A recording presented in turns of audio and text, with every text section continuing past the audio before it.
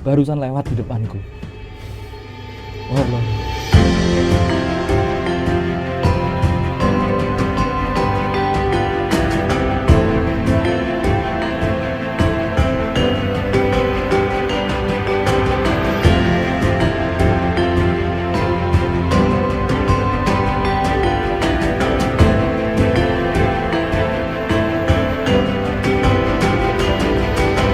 Ada sebuah candi kecil yang cukup tersembunyi di kawasan Malang, Jawa Timur. Candi Sumberawan. Uniknya, di balik tempat yang asri dan sederhana, banyak sekali pejabat dan calon pejabat yang sering datang ke tempat ini. Apakah ada tarikan khusus dari energi kerajaan terbesar di Nusantara? Ya, candi ini adalah salah satu jejak napak tilas era keemasan Majapahit. Kita telusuri sejarah dan kisahnya, mengapa berkali-kali terjadi fenomena yang di luar logika di tempat ini.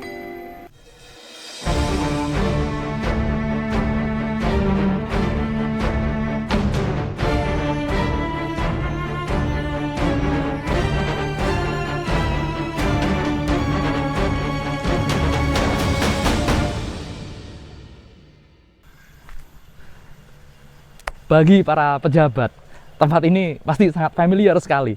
Candi Sumberawan.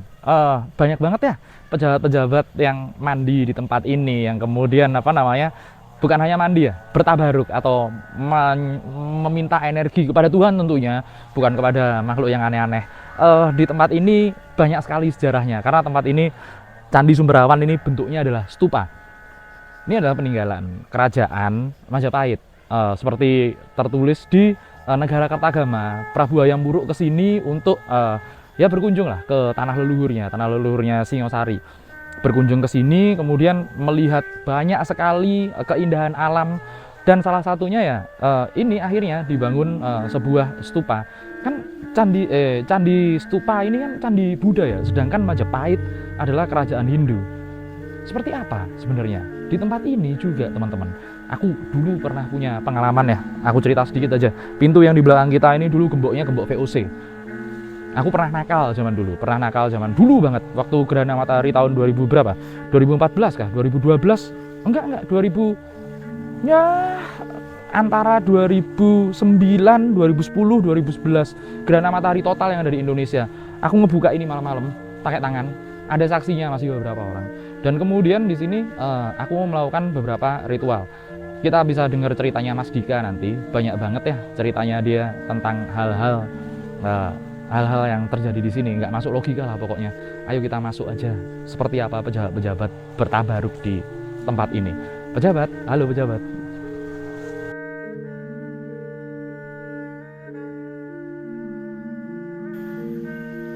Beda banget dengan Candi Singosari di episode sebelumnya.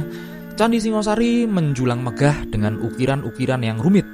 Namun, Candi Sumberawan hadir dengan bentuk yang sangat ikonik, sebuah stupa. Ini mungkin adalah satu-satunya candi berbentuk stupa di Jawa Timur yang juga menegaskan fungsinya sebagai tempat pemujaan bagi penganut agama Buddha pada masa Majapahit atau sekitar abad ke-14.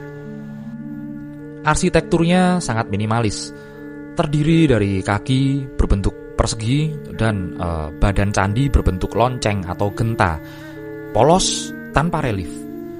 Kesederhanaan ini justru memperkuat kesan sakral dan sangat tenang sekali. Nama Sumberawan sendiri merujuk pada lokasinya yang berada dekat dengan sumber mata air yang jernih di tengah-tengah hutan pinus. Secara sosial, keberadaan candi ini tidak bisa dipisahkan dari air tentunya.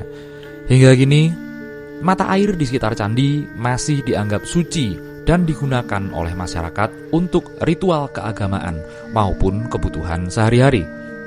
Di sini kita tidak hanya melihat tumpukan batu, tapi juga melihat bagaimana peninggalan masa lalu tetap berfungsi sebagai penjaga kelestarian alam bagi warga sekitarnya. Mata air Sumberawan adalah alasan utama mengapa stupa ini dibangun di sini ya sepertinya. Berabad-abad yang lalu, dalam kitab Negara Kertagama, tempat ini disebut sebagai Kasurangganan.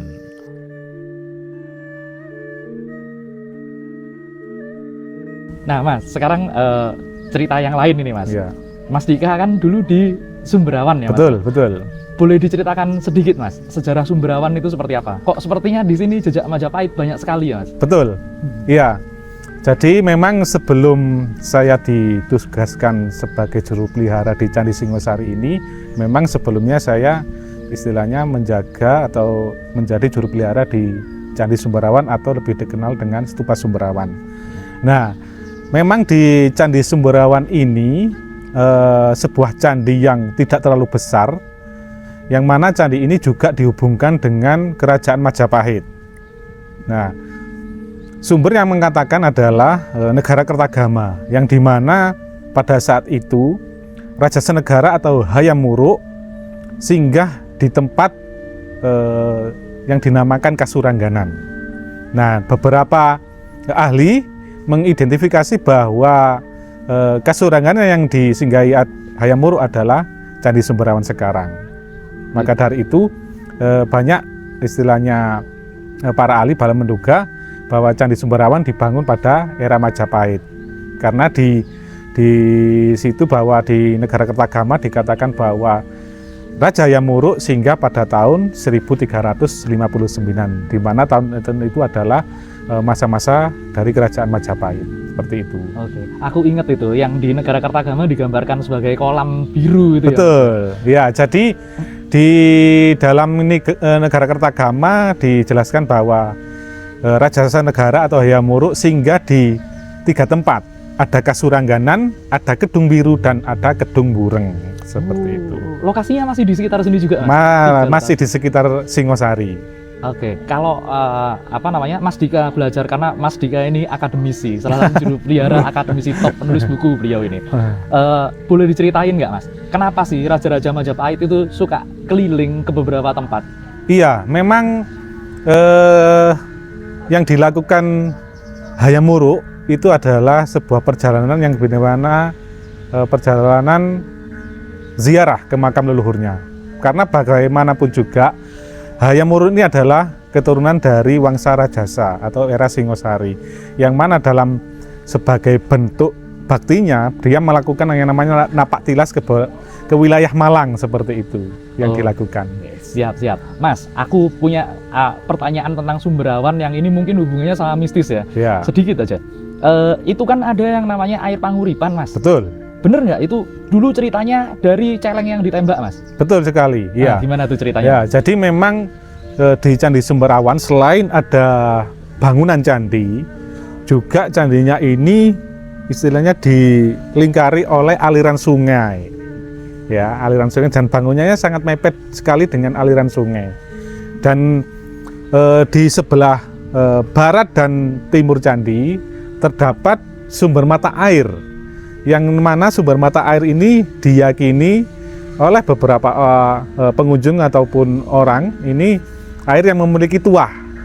Nah, di sebelah barat itu dinamakan sumber kahuripan, dan sebelah timur sebelah timur dinamakan dengan sumber kamulian. Memang ada sebuah cerita yang pada saat itu, pada saat proses pemugaran Candi Sumberawan, ada seekor babi hutan. Nah, babi hutan ini ditembak oleh petugas keamanan dari pemerintah Belanda pada saat pemugaran. Ditembak kena bagian belakang, kemudian lari dan tercebur di sumber mata air Pahuripan tadi. Dan anehnya, ajaibnya, celeng tersebut sehat bugar. Wih, bisa gitu ya? Setelah tercebur kemudian lari dan dikejar, hilang. Nah, maka dari itu masyarakat meyakini bahwa sumber tersebut memiliki tuah untuk bisa menyembuhkan atau mengobati. Nah, sehingga aktivitas yang dilakukan masyarakat atau pengunjung yang berkunjung ke Candi Sumberawan adalah sekedar cuci muka dan minum airnya, seperti itu. Oke.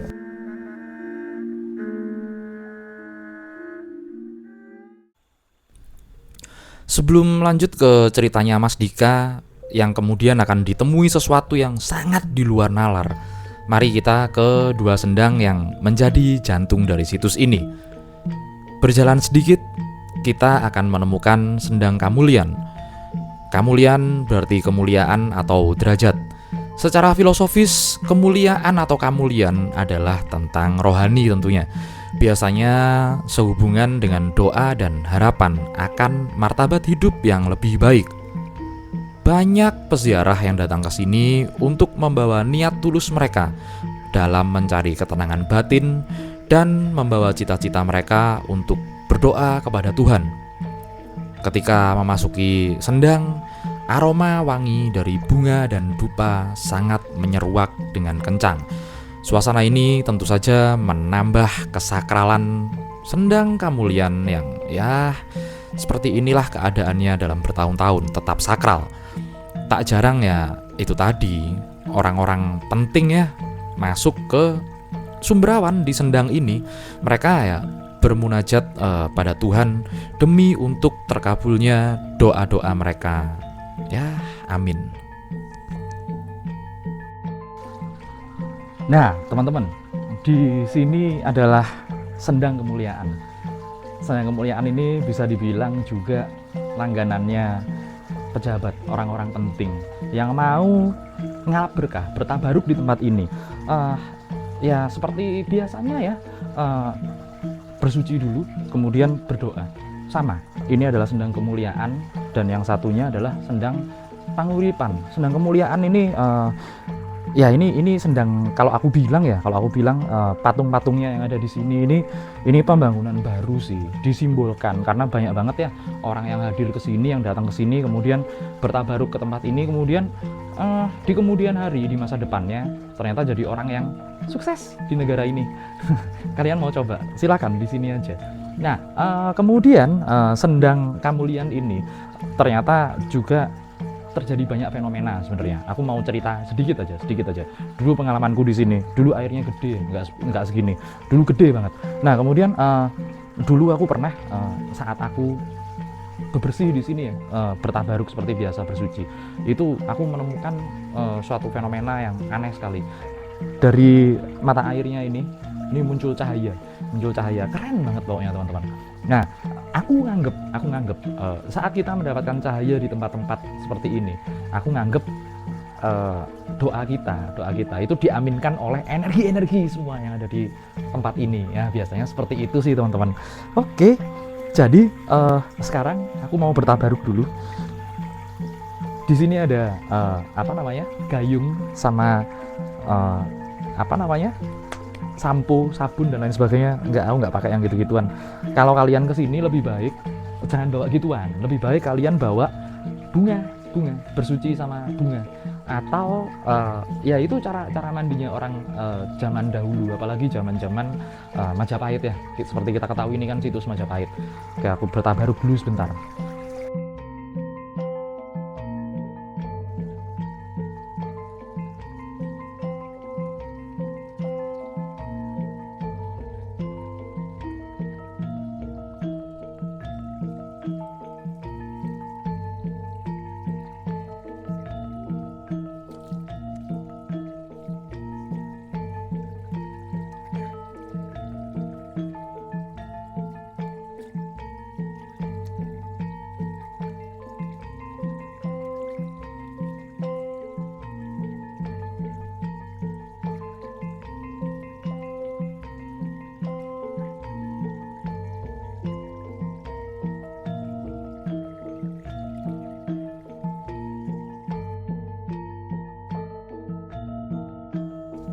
Oke, sekarang kita pindah ke Sendang Kahuripan ya.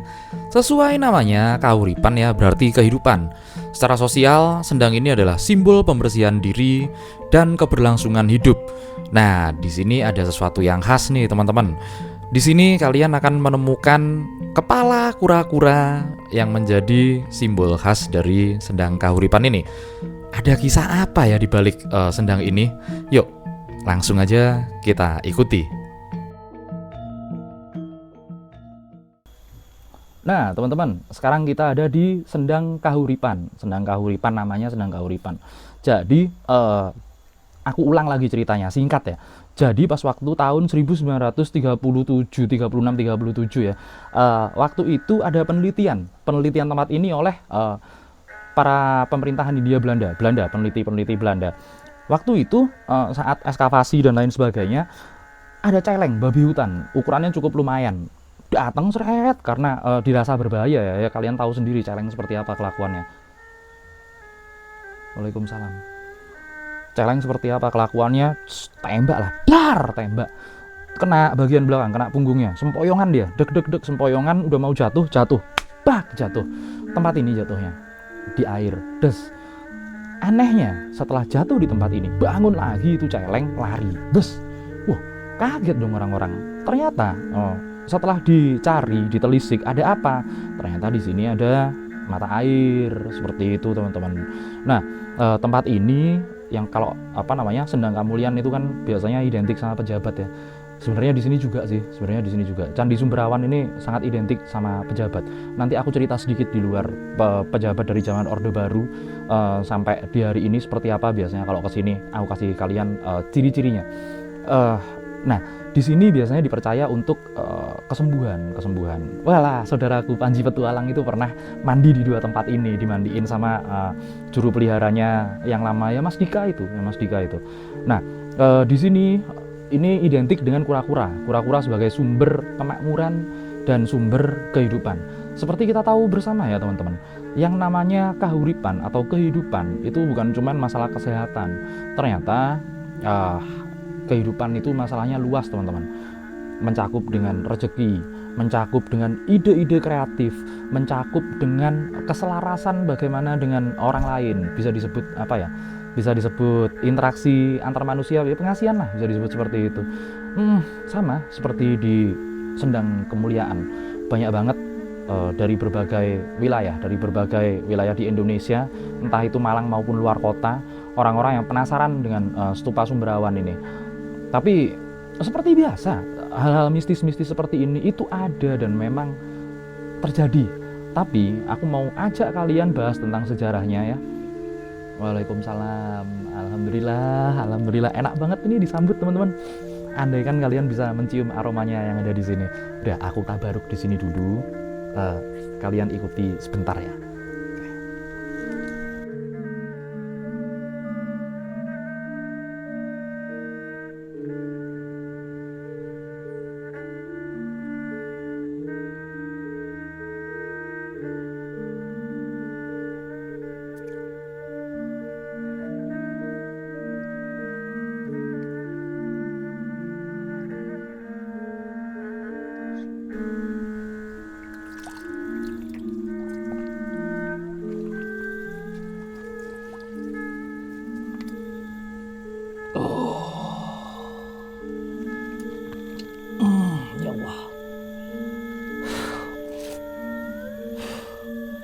Wallahi ada ikannya.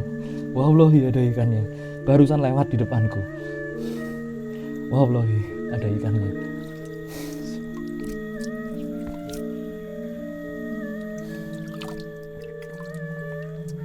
Di bawah tadi rasanya ada yang megang. Kaget aku.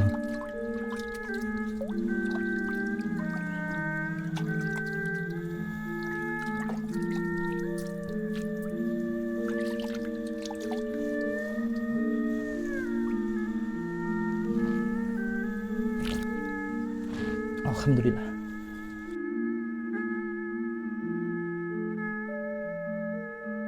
Mas, ini kan tadi udah mistisnya. Iya. Aku itu beberapa kali di YouTube sempat lihat orang-orang yang bikin kontennya, bikin konten di daerah Sumberawan maupun di Singosari ini.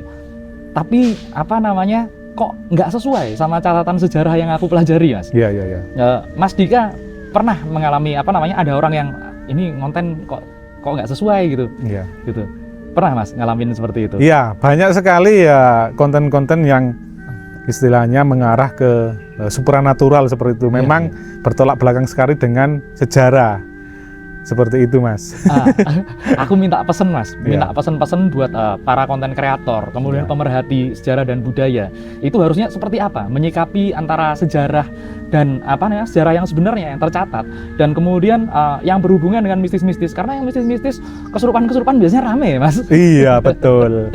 Gimana itu, Mas? Iya, memang konten ini menjadi daya tarik bagi penonton dari berbagai macam kalangan yang memang suka dengan hal-hal mistis, ya boleh-boleh saja, tapi jangan terlalu apa ya istilahnya, itu menjadi sebuah kebenaran seperti itu. Ya, acuannya jadi mistis sih. Iya.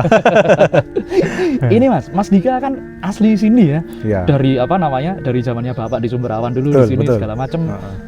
Mas Dika sendiri pernah nggak ngalamin kejadian mistis di sini ataupun di Sumberawan atau di mana gitu? Iya. Jadi pengalaman saya memang terkait hal-hal seperti itu ya, sebagai juru pelihara candi memang ya ada saja, karena pada dasarnya kan candi itu sebuah tempat ibadah, yang mana tempat ibadah ini juga digunakan oleh beberapa golongan atau kalangan tertentu, yang dimana banyak sekali pengunjung-pengunjung yang melakukan yang namanya wisata religi seperti itu, Mas. Nah, pengalaman saya memang banyak kejadian-kejadian yang istilahnya itu di luar di luar logika. Ya, ketika itu memang ada salah satu orang atau pengunjung, kalau nggak salah waktu itu dari Bali. Dari Bali. Nah, dari Bali. Nah, kalau dilihat dari namanya, beliau ini mempunyai kasta yang tinggi di Bali, karena dari namanya itu kalau orang Bali bisa istilahnya diketahui dari nama itu. Nah, pada saat itu pada malam hari memang beliau izin untuk melakukan ibadah di malam hari, yang pada saat itu bersamaan dengan malam purnama. Nah, kemudian saya diajak untuk bisa dikatakan mendampingi beliau. Nah, pada saat memang saya dipesani sama beliau, Mas, monggo ikut. Nah, nanti ketika ada sesuatu jangan kaget. Nah, pada saat itu Mas Brian, ketika saya diajak untuk duduk, ya saya memang sekedar mengikuti saja, karena bagaimanapun saya juga harus istilahnya melayani beliau sebagai seorang juru pelihara. Nah, pada saat itu ketika meditasi selesai, kemudian saya membuka mata, ada sosok putri, Mas. Oh iya, Mas. Iya. Sosok putri yang langsung berdiri di depan saya, yang dimana putri ini seperti menyampaikan pesan, tapi dengan bahasa yang saya kurang mengerti. Akhirnya ditransit oleh beliau tadi, yang dimana kata orang Bali tadi mengatakan bahwa, Mas, beliau tadi ini dia menyampaikan bahwa nama saya ini nanti sesuatu saat ketemu lagi. Oh, luar biasa. Iya. Itu benar-benar bentuknya, wujudnya seorang putri. Seorang putri, Mas. Seorang putri. Wah, nggak tahu datangnya dari mana Iya. tiba-tiba. Wah, luar biasa. Iya. Tujuannya, Mas, kalau boleh di ini sedikit aja, pesan-pesannya mungkin bisa buat umum atau buat pribadi itu, Mas? Kalau waktu itu menurut saya pribadi, Mas, karena pada saat itu saya baru diangkat menjadi juru pelihara candi, Mas. Oke. Iya. Tapi fix ya, nggak ada yang serem-serem yang Nggak ada. Wah, yang makhluk-makhluk. Oh, nggak ada. Nggak ada ya. Nggak ada. Iya. Iya. Berarti aku makasih banget sama Mas Dika karena udah banyak sekali ngejelasin sejarah dan bantu kita ngelurusin sejarah dari sisi mistis. Betul. Dan sisi sejarah harus selalu sealur, bener, Mas? Bener, betul.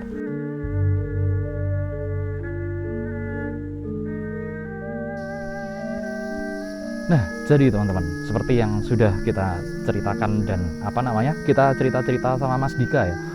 Ini adalah struktur stupa Sumberawan. Struktur stupa kembali lagi sangat identik dengan agama-agama Buddha. Adanya Buddha seperti itu di stupa. Ini adalah struktur stupa yang sempurna, ada 8 sisi yang menggambarkan hasta brasta atau 8 sisi roda kehidupan, roda dharma. Kemudian di bagian atasnya ada bagian yasti dan lain sebagainya yang sekarang sudah ada di struktur sini. Struktur sini ditumpuk ya, karena itu adalah merupakan salah satu bagian tersuci dari stupa di situ. Nah, Kemudian tempat ini kalau kita lihat bagian keterangannya, tempat ini memang dari zaman dulu dijadikan tempat Caitya. Caitya itu adalah pemujaan. Caitya adalah pemujaan terhadap terhadap alam semesta, terhadap entitas Tuhan lah, seperti itu. Nah, aku mau bilang ya buat teman-teman, khususnya yang ada warga Malang, warga Nusantara, Pulau Jawa, tempat ini masih sangat menghargai sumber airnya. Warga-warga di sini top. Warga-warga di sini ada bisa dibilang ada komunitasnya, ada festivalnya dan lain sebagainya. Tempat ini sangat sering sekali diadakan festival untuk menghormati sumber mata air, terutama di bulan Suro. Kalian bisa lihat airnya jernih banget. Tempat ini dikelilingi oleh air seperti diceritakan dalam kitab Negara Kertagama. Diceritakan pada waktu itu Raja Sanegara atau Prabu Hayam Wuruk kemudian singgah di tempat ini ketika mengunjungi leluhurnya di Singosari. Nah, tempat ini nggak tahu ya istimewanya kenapa, karena tempat ini memang sangat keren sekali. Banyak banget ya dikunjungi sama pejabat-pejabat. Kalian bisa, oh iya aku tadi kan mau cerita ya, gini teman-teman, aku hidup di dunia, bisa dibilang dunia aneh-aneh itu sejak aku masih kecil banget.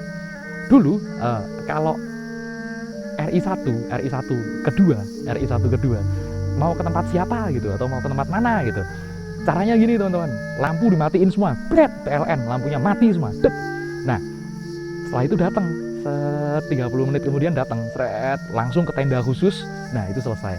Hingga di saat ini, hingga di zaman ini memang masih seperti itu.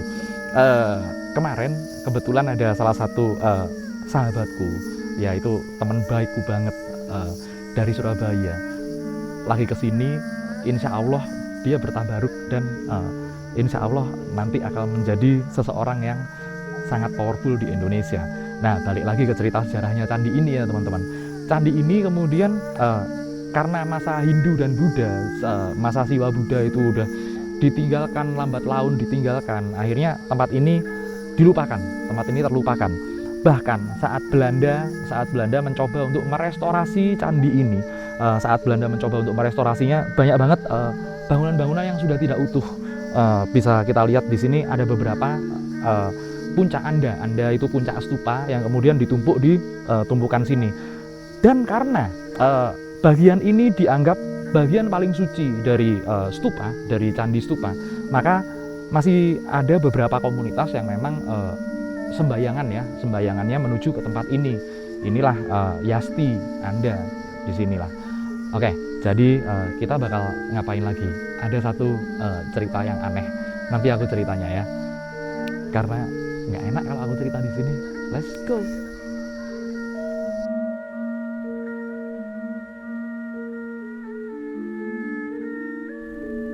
Jadi kenapa sih aku tadi nggak mau cerita duluan? Ya karena orang ini lagi di sini. Ini ada salah satu perdukunan yang aku debat langsung di depan mukanya. Jadi perhatiin percakapan ini. Kenapa? Nek ngoten-ngoten niku kancingan sedaya. Piye nek arep ngelacak? Wis pirang generasi? Wong tekan generasi ini di Ponorogo mawon pun. Ya gitu teman-teman. Jadi ceritanya singkatnya itu bapak itu tadi mengaku sebagai keturunan Prabu Brawijaya. Lalu aku debat, lah gimana cara ngelacaknya?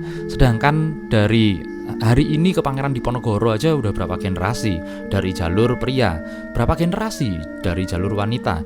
Gimana caranya ngelacak sampai ke Prabu Brawijaya? Nah, aku juga nggak menyarankan kalau di tempat-tempat seperti ini ketemu sama orang nanti nggak sesuai dengan kaidah-kaidah sejarahnya. Ya bolehlah spiritual supranatural bolehlah, tapi sekali lagi cocokkan dengan hal-hal yang memang sejarahnya seperti itu.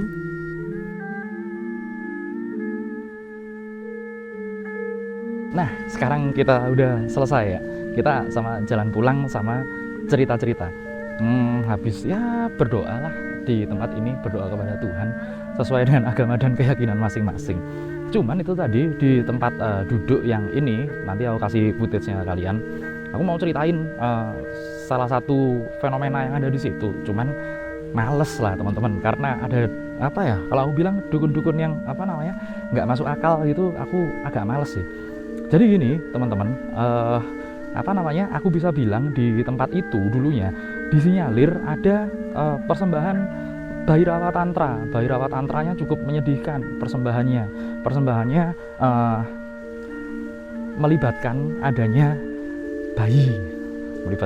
bayi, batu lumpang, dan kemudian coba kalian tebak kalau ada bayi, batu lumpang, Bhairawa Tantra, coba kombinasikan sendiri. Aku ini sih nggak tega aku ceritanya teman-teman. Nah jadi seperti itu. Ini kita udah mau balik. Sumberawan sendiri belum diketahui ya nama asli dari candi ini, candi apa. Sama seperti Candi Singosari tadi, karena ya banyaknya kesulitan, udah rusak oleh gejala-gejala alam. Tapi yang jelas teman-teman, situs-situs yang ada di daerah Singosari Malang ini ya terutama ya, ini akan terus menyambung sampai hingga ke Gunung Arjuna. Masih banyak sekali situs-situs yang aku juga pernah nemu kok, beberapa terus dikubur lagi, beberapa aku cek dikubur lagi. Tapi sepertinya kita mau ke Gunung Arjuna-nya next saja ya. Kita bakalan datangi salah satu tempat yang bisa dibilang salah satu candi terbesar teman-teman, salah satu candi terbesar di Nusantara, masih ada di Pulau Jawa. Nanti kita mau kemana? Ikuti terus perjalanan di Jelajah Nusantara bersama saya tentunya. Oke, sampai di sini dulu episode kali ini. Sampai jumpa lagi kawan-kawan dari dunia lain.